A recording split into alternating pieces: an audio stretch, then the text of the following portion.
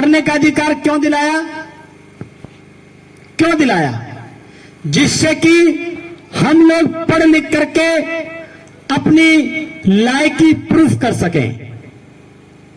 क्यों साहब? जो लोग ये कहते थे कि ये समाज अछूत है, ये समाज योग्य नहीं है, तो बाबा साहब ने अंग्रेजों से कहा, एक बार मेरे समाज को पढ़ने का मौका देकर के दिखाओ।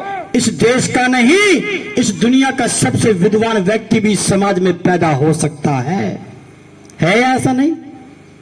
इसलिए आपको पढ़ने का अधिकार दिलाया।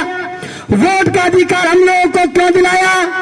क्या इसलिए दिलाया कि कांग्रेस को हराने के लिए भाजपा को वोट देंगे और भाजपा को हराने के लिए कांग्रेस को वोट देंगे? नहीं, मान्यवर बाबा साहब ने हमको वोट का अधिकार इसलिए दिलाया कि आप अपने वोट को एक साथ इकट्ठे होकर के इस देश के शासनकर्ता जमात बनना है। इस देश के राजा बनने के लिए तुमको वोट का अधिकार दिलाने का काम बाबा साहब ने किया है, ऐसा नहीं? बताओ क्या ऐसा है या नहीं? बोलो, कुछ तो बोलो।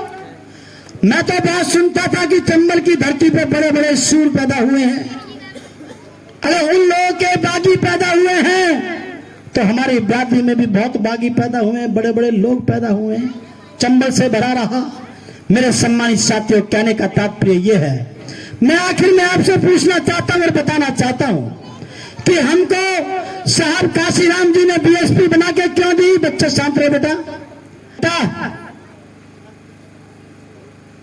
हमको बीएसपी बना के क्यों दी?